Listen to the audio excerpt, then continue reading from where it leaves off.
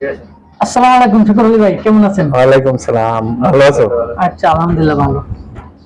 তো আপনার কাছে একটা প্রশ্ন আছে গা, আপনি কি এটা কি জানেন যে আমাদের বাংলাদেশের সন্ত্রাসী গডফাদার কেনা? তা আমি কেন, সারা বাংলাদেশের মানুষই জানে। আচ্ছা, আসলে কি এই বিষয়টা অনেকে জানে না যে বাংলাদেশের সন্ত্রাসী গডফাদার কেনা, বাংলাদেশের সবচেয়ে শ্রেষ্ঠ সন্ত্রাস কেনা, এটা কিন্তু সবাই জানে না। বাট এই যে এখন যে পরিস্থিতি, বাংলাদেশের যে পরিস্থিতি, এটার উপলক্ষে সবকিছু বাইরে হয়েছে বাংলাদেশের সন্ত্রাস কেরা। আরেকটা জানেন যে সরকারের এখন একটা নতুন একটা বাইরে হয়েছে, এই যে একটা জিনিস বাইরে হয়েছে, সরকারের একটা আইনাগর না, এটা কিন্তু কেউ জানতো না, জানতো না, কেউ জানতো না, এখন সবাই জানে যে সে কত বড় জঘন্য কাজ করতে পারে, সে জনগণের আড়ালে কি না করতে পারে, বুঝছেন? এখন আপনার কাছে প্রশ্ন হচ্ছে গা, এখন আমাদের যে নতুন সরকার আইতাছে তার করণীয় কি আর কিভাবে করব, একটু ব্যাখ্যা দেন।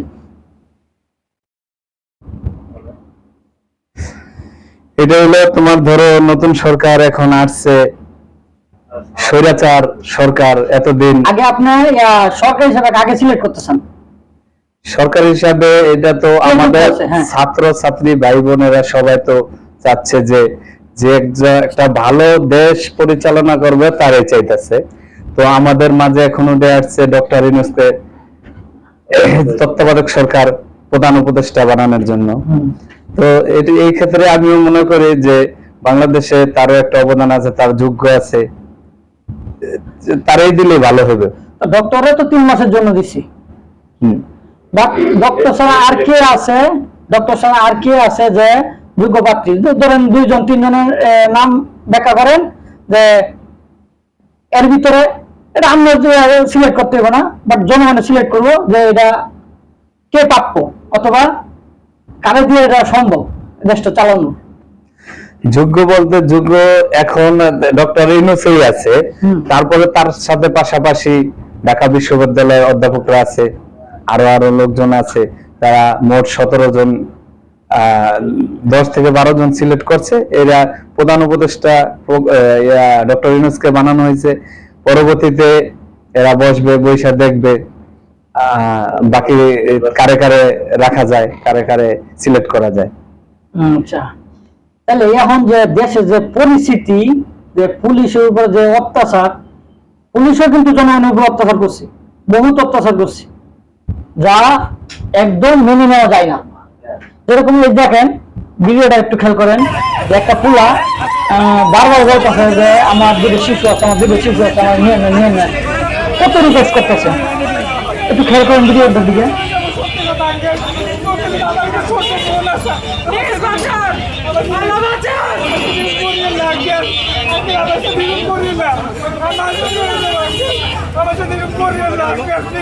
এই জনগণের এত অত্যাচার, এত অত্যাচার করতেছে, জনগণে কি একটু ক্ষোভ নাই? অবশ্যই ক্ষোভ আছে না? ক্ষোভ আছে দিকে তো আজকে দেশের এই পরিস্থিতি। আজকে সরকার যে ঘটনাগুলো করছে, যে মানুষ হত্যা, গুম, অত্যাচার করছে, এই জন্য তো আজকে তার দেশ ছেড়ে পলাইতে হয়েছে।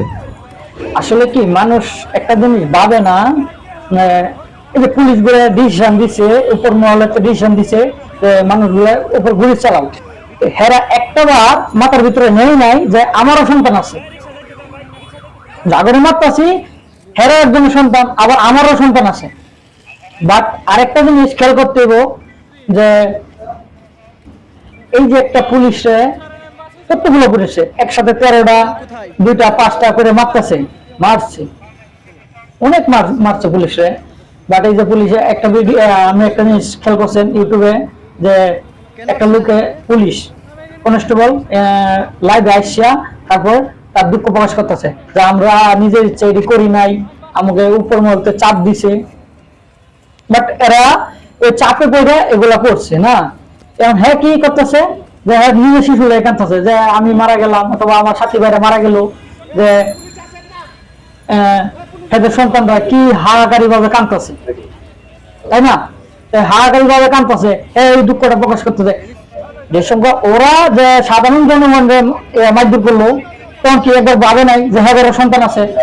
না, তখন তো আপনি দেখেন ওরা তো সরকারের অর্ডার মতো চলছে, সরকারের যা বলছে তাই শুনতে হবে। ওদের এটা চাকরি, ওদের চাকরি তো থাকবে না, চাকরি করে চিন্তা করে ওরা এই কাজগুলো করছে। আচ্ছা আচ্ছা, আপনার এই কথা রাখলাম, বাট এই যে কিছু কিছু লোক বলছে জিম্মি করছি, জিম্মি করার পরে যে একটা মুক্তিপণ দাবি করছে যে এই লোকটা ছাড়াই দিলে 2 লাখ টাকা, 5 লাখ টাকা, 1 লাখ টাকা দিতে হইব। এটা আপনি কিভাবে মেনে নেবেন? এটা তো সরকারে খাইতেছে না। একটা থানার ভিতরে যে কয়টা কনস্টেবল আছে, বাট হেরাই মিলে দিলে খাইতেছে, হেরাই নিব মিলে দিলা। তো আপনি এইটার বিষয়ে আপনি কি বলতে চান? আজকে দেখেন এই সরকারের যেই ক্ষমতার জন্য পুলিশ প্রশাসনদের যেই অবস্থাটা নিচে বানাইছে, তো এই লোকজন ধরে তারা মুক্তিপণ দাবি করছে, এইটার ঠেকানোর দায়িত্ব কার? দেশের সরকারের। 1981 সালে জিয়াউর রহমান ওরা এই দেশে আনছে, স্থান দিছে। হ্যাঁ, দেওয়ার পরে ও কি করছে, ওর শপথই নিছে যে এই দেশের মানুষ দা আমি কি করবো, এই দেশ দা আমি কি করবো। আমার বাপে ওর বাপের ভালোবাসছে মানুষ, ডাকে স্বাধীন করছে, তো সবার একটা অধিকার আছে। কিন্তু এই অত্যাচার করা হয়, এই যে 3-3বার অবৈধ সরকার, অবৈধ ভোট ছাড়া সরকার হয়ে, রাতের ভোটে সরকার হয়ে যে অপকর্মগুলা করছে, এগুলো কি ঠিক? এই যে মানুষ গুম হত্যা করছে, যে কেউ কোনো কথা বলতে পারে নাই, কেউ কোনো কথা বলতে পারে নাই, কেউ কথা বললে এই করছে। যেই আওয়ামী লীগের এই সরকার যেইভাবে ক্ষমতায় থাকার প্রয়োজন এইভাবেই থাকছে। আমি ওইটাই আপনারা বলছি যে বাংলাদেশের শীর্ষ সন্ত্রাস এবং সন্ত্রাসের গডফাদার হইলে একমাত্র শেখ হাসিনাই আছে। যে কোনো একটা জিনিস খেয়াল করেন যে এই যে দেশের নেট গুলো বন্ধ করছে, নেট গুলো বন্ধ করার কারণ কি? যে প্রকাশ্যে হ্যাঁ হত্যা করবো না, বাট অন্ধকারে হত্যা করবো। এই অন্ধকার মানে কি? এই নেট গুলো বন্ধ করে অন্ধকারে হ্যাঁ মিশন চালাইছে।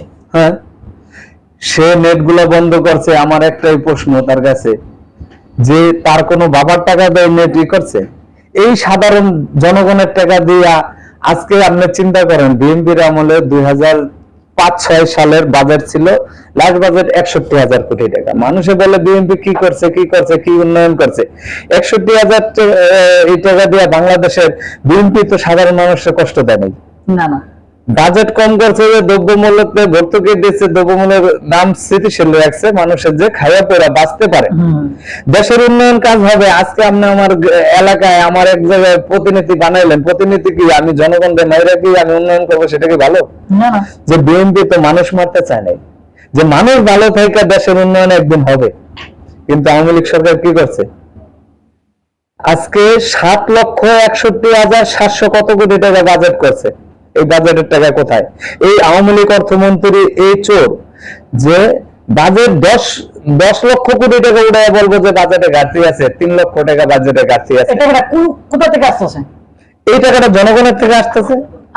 আমি আরো 10-15 জন লাখ কোটি মানুষের কাছ থেকে, বাংলাদেশের মানুষের কাছে কিভাবে আসতেছে? কিন্তু আমরা কিন্তু বুঝতেছি না। বুঝতেছি আমরা কিন্তু বুঝতেছি না। আপনি বুঝতেছেন না, এইটা দেখতেছেন আজকে ট্যাক্স আছে, ব্যাট আছে, সব জনগণের উপরে আছে, এই থেকেই নিতেছে। নেওয়ার পরে কি করে? আজকে শেখ হাসিনা 15 বছর ক্ষমতা থাকলো, কি করছে? হাজার হাজার কোটি টাকা পাচার করছে। আর এমপি মন্ত্রী হাজার হাজার কোটি টাকা পাচার করছে। ও যদি দেশের ভালো চাইতো, দেশের ভালো এমপি মন্ত্রী সতর্ক রাখতো যে দেশের ভালোবাসতে আইছি, দেশের মানুষকে ভালোবাসতে আইছি, দেশে আমরা থাকবো। আজকে নাকে খত দিয়ে চোরের মতো পলায় যেতে হতো না। যে দেশে আজকে 100 টাকা 100 টাকা ফান্ডে জমা হলে, সরকারের ফান্ডে জমা হলে 10 টাকার কাজ করছে, দেশের উন্নয়ন করছে, 10 টাকার উন্নয়ন করছে, আর বাকি 90 টাকা আর দলের লোক নিয়ে যেইভাবে পারছে ওইভাবে লুট করছে। আরেকটা জিনিস খেয়াল করেন, মনে করেন যে আমার চোখের সামনে যে ঘটনাটা ঘটলো, যে মনে করেন ঢাকা শহরে 1/2 কিলোমিটার রাস্তা আছে, ও 1/2 কিলোমিটার রাস্তার ভিতরে ব্যাটারি চালিত গাড়ি 500 গাড়ি চলতেছে। 500 গাড়ি যদি চলে ব্যাটারি চালিত, তাহলে প্রতিটা গাড়ির থেকে 250 টাকা করে নিতেছে। রুটের এই মাথায় 100 ওই মতো 100 200 আর মোট দেখতে যে সিকিউরিটি লাইন ক্লিয়ার করে লাইনম্যান তারা কিছু খাইতেছে, বাট হেরা যে খাইতেছে এটা হালাল খাইতেছে, বাট রোদ্রের মাঝে কষ্ট করতেছে, লাইন গেট ক্লিয়ার করতেছে, খাইতেছে, জনগণের সুবিধা হইতেছে। তো আমি এটা করি, মনে করি এটা ভালো, ঠিক আছে, হালাল খাইতেছে। বাট এই যে 200-250 টাকা নিতেছে, এর মতো 100, এর মতো 100 200 50 টাকা বাড়িয়ে দিলাম, যেটা নাকি হেরা পরিশ্রম করতে নিতেছে। বাট যদি মাস হিসাব করেন তো এই 500 কয় টাকা, বহু টাকাই, প্রায় আমি হিসাব করে দেখলাম প্রায় 3 কোটি টাকাই, 3 কোটি টাকা এটা এই যে এলাকার যে নেতাগুলো আছে না তারা খাইতেছে। এই টাকাটা কিন্তু সরকারের পকেটে যাইতেছে না, মোটেও যাইতে না সরকারের পকেটে। বাট থানায় কিছু দিতেছে, থানা কিন্তু পুরোপুরি দেয় না, বাট থানা খাইতে হবে, থানা ছাড়া এরা খাইতে পারবো না। বাট এই যে জুলুম গুলো করতেছে মানুষের উপর, এই যে মানুষের তো কষ্ট করে গাড়ি টুড়ি চালাইতেছে, বাট হেরা জিম্মি করে। আবার কি একটা জিনিস খেয়াল করেন, যদি কেউ সকালবেলা গাড়ি নিয়ে বাইরে এলে আগে ও জিপি, এটা জিপি বলে, ওই জিপিটা দিয়ে তারপর গাড়ি চালাতে দেবো। যদি কোনো তৃণমূল করে তারা মাস শুরু করে, বাট সারাদিন দিল না, বাট সন্ধ্যাবেলা রোডের ভিতর দেখলো হের গাড়িটা, বাট হেরা জেলে নেই পারে, এটা কিন্তু ধরে হেরে মাইরা সিরিয়া। এইটাই তো আওয়ামী লীগের রাজনীতি। আর এইটা তো শেখ হাসিনা ছড়াই দিছে যে তোমরা যেইভাবে যে আমার পাওয়ার চাই, আমার ক্ষমতা চাই,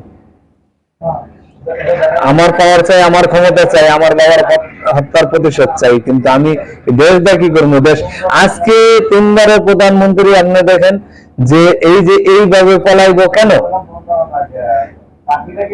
ও তো যখন বক্তব্য দেবে তখনই বলছে এই দেশের জনগণ আমার ভালোবাসে, এই দেশের সরকার ভোট দিচ্ছে। আজকে কোথায় তোর জনগণ? তুই পলালি কেন? পেছনে কেউ নাই তো না, যেগুলা ছিল হের অধীনে, বা এমপি, মন্ত্রী, মিনিস্টার সব পলাতক। সবাই তো লুটে পুটে খাইছে, আর হাজার হাজার কোটি টাকা আত্মসাৎ করে দেশের টাকা সম্পদ পাচার করে সবাই নিজে কিভাবে থাকবো? ওদের তো দেশের স্থান নাই না, ওদের এই দেশে আমরা চাই না, আমরা চাই না, কেউ চাই না, সারা বাংলার মানুষ চায় না। বাট এই যে আরেকটা জিনিস খেয়াল করেন, যে এই যে এরা পলাইতেছে, আপনি একটা চিন্তা করেন, খালেদা জিয়ার 2 কোটি টাকার মামলা, সেটা সরকারের ফান্ডে আছে সে বলছে, তারপরেও 2 কোটি টাকার মামলায় 14 বছর 15 বছর জেল দেয়, কারাবন্দি করে রাখে। কথায় কথায় বলছে যে কিছু বললে আবার ঢুকামো। এটা তো আজকে যে হাজার হাজার টাকা, হাজার হাজার কোটি টাকা দেশের সম্পদ হয়েছে, এই যে এত হত্যা গুম করছে, এই যে আমার ছাত্র গাড়িতে ওপেন গুলি করে মারলো, এই আপনার এই মারায় আজকে ওর কি বিচার হয়? বিচারটা আসতেছি, বাট এই যে পারমিশন গুলা দিল, বাট হ্যাঁ দেশের ভালো চাই নাই, হ্যাঁ শুরুতেই এর উদ্দেশ্য ছিল খারাপ। সাধারণ একটা কথা কি, কোটা, সাধারণ একটা কোটা, যে কোটা কেটে পাইব, মুক্তিযুদ্ধরা পাইব। বাট এখন যেই মুক্তিযুদ্ধ গিয়া হ্যাঁ করতে চাইছিল, এখন সেই মুক্তিযুদ্ধরা হ্যাঁ ভালো পায় না, সবাই মারা নামছি যে আমরা এই কোটা লাগিয়া যুদ্ধ করি নাই, যুদ্ধে আসে নাই, আমরা স্বাধীন দেশ চাইছি। চিন্তা করেন, এমন একটা শেখ হাসিনা, এমন একটা পলিটিক্স বাস, দেশের মানুষ আজকে জেনে গেছে যে মুক্তিযুদ্ধের হাইকোর্টের নির্দেশ দিয়ে মুক্তিযোদ্ধার কোঠা বানায়া, সেই হাইকোর্টের নির্দেশ দিয়ে কোঠারে বন্ধ করা, আবার মুক্তিযোদ্ধার ছেলেকে দিয়া কোঠার আপিল করাইয়া, আবার এখানে আপিল করাইয়া কোর্টের থেকে রায় দেয়া, এদিক দিয়ে ছাত্র সংগঠন দিয়ে আবার ওর খেলাই চলছে, উস্কানি দিয়া ছাত্র সমাজ দিয়া, যে এখন দুজনের কাছে ভালো থাকবো, আমি কোটা আন্দোলনকারী কাছে ভালো থাকবো, মুক্তিযুদ্ধকে ভালো থাকবো। আজকে এই সিন্ডিকেট করতে যায়, এই সিস্টেম করতে যায়, আজকে আর এই পতন। আল্লাহ বিচার একদিন করে। এখন আমরা হ্যাঁ শুধু আপনি না, সারা বিশ্বের মানুষ কি চাই, সে শাস্তিটা কি চাই, আর সে এখন তো দেশের বাইরে চলে গেছে, কিভাবে আনন্দ যায়? আরে এখন যে সরকার আসবে, সরকার যে আমাদের দেশের ভিতরে আইন আছে, আইনের মাধ্যমে তারা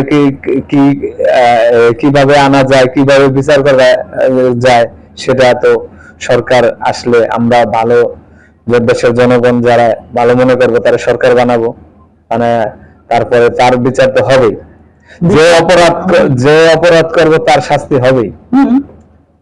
এটা তার মুখের এই কথা, অপরাধের শাস্তি হবেই হবে। সে যত গুহার ভিতরে লুকায় থাক না কে, তার এই গপ্প থেকে তারপর শাস্তি দিতে হবে। জনগণের কাছে আমরা এটা রাখলাম যে আপনারাও বিবেচনা করবেন যে আপনারা সরকারের কি শাস্তি চান।